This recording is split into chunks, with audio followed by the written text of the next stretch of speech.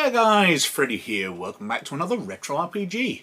The end of another week, the end of another poll. We've got an absolutely astounding win for GURPS Cyberpunk.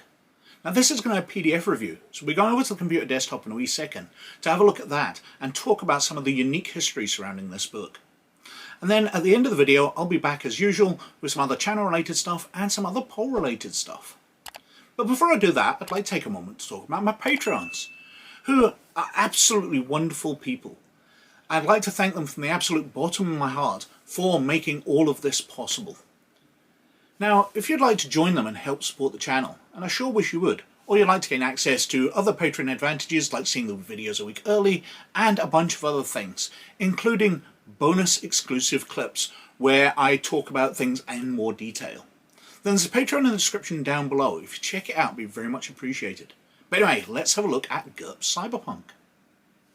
So, this is GURPS Cyberpunk, which came out in 1990 from Steve Jackson Games. And first we need to address the elephant in the room, the big triangle on the front cover, the book that was seized by the US Secret Service, see page 5. Well, first of all, this must be a reprint. It's all copyright 1990. But I do notice that in the section on page 5, back in the real world, where they talk about what happened, they do mention events in 1993. So this must be an updated version. Now, the story as was told at the time and is told in the book is that this was such a realistic book for cyber hacking that they'd gone to people in the hacking community and spoken to them.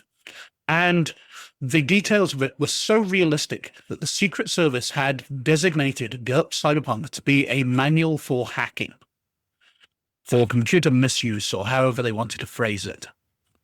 And they had seized the game. However, having gone through and found the court ruling, so this is the ruling, Steve Jackson Games versus US Secret Service, and it's the judge's ruling, which is extremely detailed, laying out the case for the Secret Service, the case for Steve Jackson Games, and the ruling. A lot of legal text, and I might not have picked up in all the subtleties of it. But as I read through it, it details out something slightly different. That Lloyd Blankenship, the author of GURPS Cyberpunk, was a member of the famous group, the Legion of Doom. And this is a famous hacking group. And something he did was run a bulletin board system, kind of message board predating the internet, that people would connect to and chat about various hacking things. And somebody noticed that, and it's not quite clear because the Secret Service didn't seem to know the difference, whether it was the documentation or the actual program for the 911 system was uploaded there. And this was believed to allow people to take over the 911 system, knowing how the programs worked, being able to alter the code, perhaps upload it, whatever. They'd be able to subvert the 911 system. And apparently some of the Department of Defense stuff went over that network as well. So there was a big concern. So the Secret Service put out a search warrant on Lloyd Blankenship. And it was for all of the computers he had access to, not just the ones in his house, but the ones he worked with.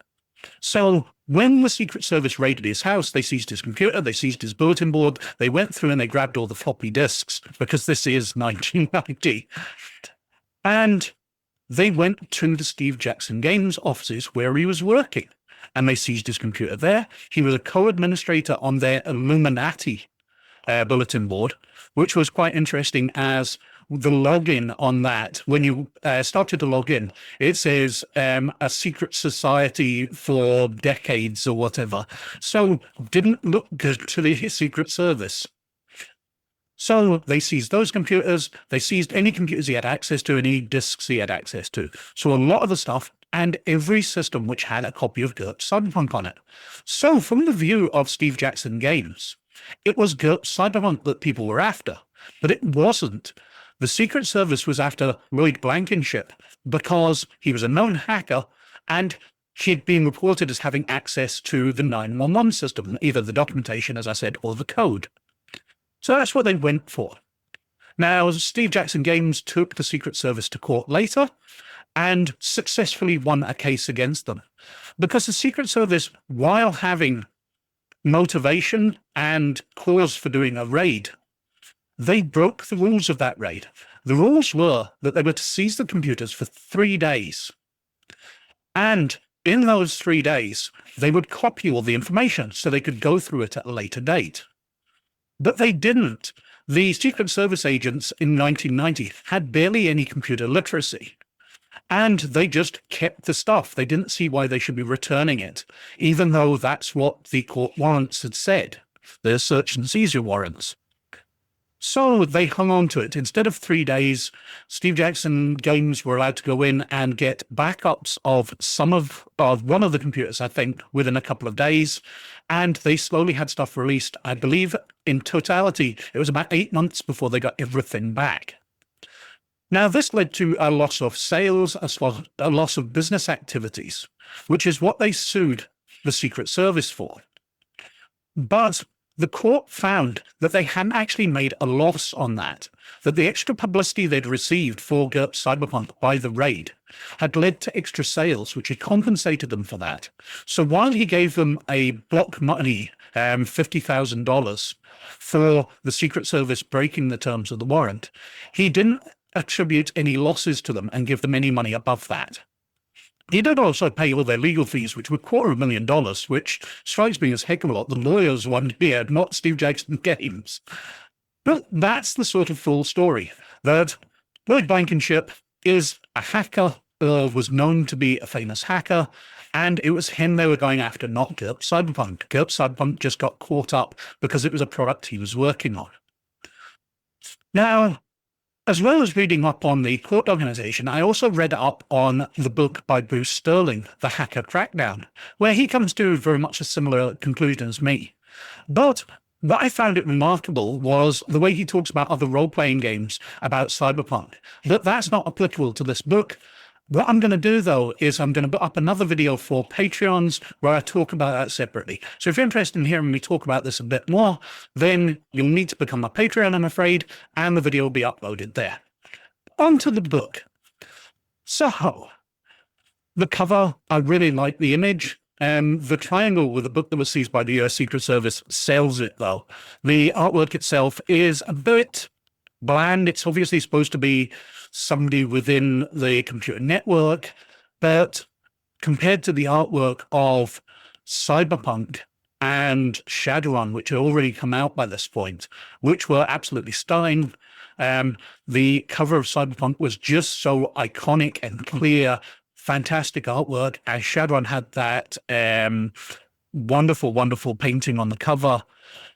This doesn't look great, but the artwork inside makes up for it. It's very jarring and very cyberpunk. So we've got the credits page here with hacking consultants, the Legion of Doom, and unsolicited comments, the United States Secret Service, very tongue-in-cheek there. Contents page, and introduction, telling you what cyberpunk is, telling you about cyberpunk gaming. Also mentions combining it with other books. Now, that's one of the joys of GURPS. Something I absolutely love, that you can read through a GURPS book and get ideas for combining it with other things. You can read through the space book and you can read through the Roman book and come up with the idea of Roman legions in science fiction. And you've got all the stuff you need there. It's fantastic. But then you give some suggestions. So they've got GURPS Humanx, or Human X, I'm not quite sure how to pronounce that. Supers, Auto Duel. Then we're on to the characters section. Now, this artwork I don't really like as much, but it is very stunning. It's very arresting. I'll give you that. It talks about character points, so what points levels you should put up for it, and whether you should put points versus cash. Because, of course, buying yourself equipment, buying yourself cybernetics in a Cyberpunk game is equivalent of powering yourself up through other means. Disadvantages, character types. So it goes through different character types. Assassins, bodyguards, brokers, celebrities, I do find it quite interesting in the sidebar here. We've gone through a few pages where it's talking about changing appearance, but we've got sex changes talked about here, whether they're superficial. So while you're dressed as the gender you're becoming, you look like it, but any further examination will show you that your original gender. We've got full cosmetic, where a surgeon will be able to tell the difference, but we've got complete, where they create a cloned body, but they change the XY chromosome to be XX or the other way around to change your gender, and then they copy your memories into it. So you are genetically the other species, the other gender, sorry. Other species? I'm being quite outrageous there. But it also goes on to new bodies. So people can replace their complete bodies. We're talking about different patrons in the sidebar, carrying on with different character types, so cops, corporate, cyber prep, drifters, mercenaries, military, mobsters, netrunners, reporters, splicers, spies, street ops, technicians, thieves, and then onto the advantages and disadvantages. Now, most of those seem generic cyberpunk, but cyber preps are quite an interesting one, where they're people who are the opposite of cyberpunk. Instead of using technology and coming up from the streets, these are the rich people. These are the people who benefit from corporate money, from modifying themselves just for fun, instead of to survive, to get that edge to live. But anyway, got advantages and new advantages in here, different disadvantages and new disadvantages, some skills, new skills, including reputation, what kind of jobs you might get, and a job table saying what kind of successes you get. So, per jobs, you could be a beggar, or a gang member, a street vendor. You could be wealthy, you could be a cybernetic engineer or a high-level politician. So where you're coming from is quite different. We've got cybernetics, so cyberware, talking through installation and removal, damage to bionic parts, bionic modifications, including rejected ones. So if you're getting something which went through the factory and has a flaw in it, something that Cyberpunk and Shadowrun don't really cover. Cyber limbs, we've got different types, weapons and gadgets, body modifications, sense organs, communications, mental implants, talent chips, all the sort of usual type of stuff. Neurotech, including interface jacks, onto technology and equipment. So it starts off with power cells, different personal weapons, including gyroc weapons, Gauss needlers, lasers, tanglers. We've got different weapon accessories, different melee weapons, heavy weapons like grenades and explosives, types of armor, communications equipment, short section on personal vehicles. Obviously, GURPS vehicles would probably be handy in there. But tools, locks and security systems, medical science, all the sort of stuff to bring you up. Cloning and drugs, very important in a cyberpunk background, including various stimulants as well as healing drugs. And then we've got one of the largest sections, Netrunning, because obviously this is very, very different from other backgrounds. So we go through what is the net, realistic networks, talking about computers and hardware, traces, the different software you'll get, increased skills, data chips, evolution of the net, talking about how it's advanced. I do find it quite interesting that this, of all things, is perhaps the most unrealistic for future. For example, in part of it, it talks about your download speed of 5 megabytes per second, which in a cyberpunk future seemed awfully, awfully slow. But in Shadowrun and Cyberpunk themselves, they made up terms, mega pulses in Shadowrun. So it could be any amount of data. They've just made up a term to give you a generic sort of limit, instead of allowing it to become outdated as technology has progressed far faster than was predicted. So we've got different types of things. And this shows where the Legion of Doom were involved in here, because there's a lot more involved in hacking than in the other games in Cyberpunk settings.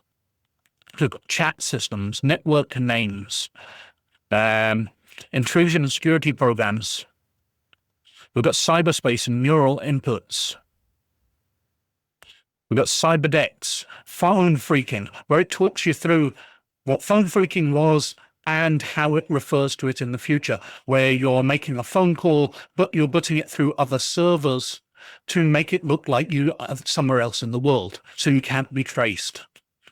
Netrunning and the party, which is really nice because that's something a lot of cyberpunk-type role-playing games forget, because it's very easy for the netrunner to get involved in hacking, and while everybody else sits around. It's especially bad in Shadowrun, where the mage has his part of the game, the decker has his part of the game, and the rest of the players have their part of the game, kind of dragging everybody else along. Exploring cyberspace, quick hacking, what happens within systems, copying, downloading information, random network generation, mapping networks, showing you how to indicate them out, system types, large businesses there, Cybernetics software. So you've got different environment modules, so what it'll look like when they plug into their deck, as well as programs, so they can crash different programs on it, corrode slowly, chips away at the integrities of programs, erase, flatline, etc. Few pages of software, a nice network map showing the different information that you would built for different nodes. And then we've got a section on world design. So talking about what you'd be creating through a world in a cyberpunk setting. You're going to have urban blight in it. It's near future nightmares. There are different limits on technology. So drugs are quite common, genetic engineering, cloning, legal issues of cloning, transportation. Talking about going across the solar system in the sidebar here, different economics, how corporations play a large part in the world, governments, eco-terrorists are a large part of it, including ecotage, crime and punishment, urbanization, just all the elements which make up for the dirty city cyberpunk landscape that I think we're all used to these days. But GURPS Cyberpunk lays it out very, very clearly. Fashion being a large part of it because it's important how you look. That's very much part of the cyberpunk ethos. Talking through campaigning, what the scope of your campaign would be, central themes of technology and change, the group dynamics, what size of group of players you should have. It talks about here in the sidebar as well, cross-genre cyberpunk. I'm going back a couple of pages. So cyberpunk space, cyberpunk spatial ops, cyberpunk time travel. Again, as I said earlier, these are really, really nice ideas how you can merge different cyberpunk genre, GURPS books and merge genres to make something new and interesting. Cyberpunk fantasy, which it really puts down kind of bluntly what they think of Shadowrun. No problem, just take your standard fantasy races and give them guns, mohawk cuts, and an attitude. That's all they think Shadowrun is, which I think is very different. But I do like their suggestions here about cyberpunk horror, cyberpunk supers, obviously. But we're carrying on. What's your opposition as you create your campaign? Themes, struggle for power, economic struggle, political struggle, religious struggle. The defense, the quest, plot flexibility. And then we're getting towards the end. We've got the glossary, a bibliography, which has some stuff in here. I wouldn't really count that much cyberpunk. But there's so much in here. We got Millennia by Ben Bover, Lifeburst, Jack Williamson. Movies and television.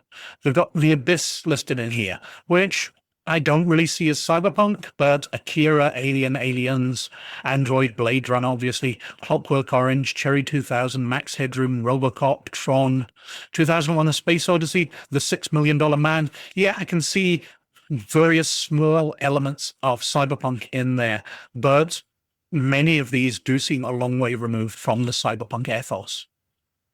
We've got comic books and graphic novels, on to the index, a cyberpunk campaign plan, and that's us at the back.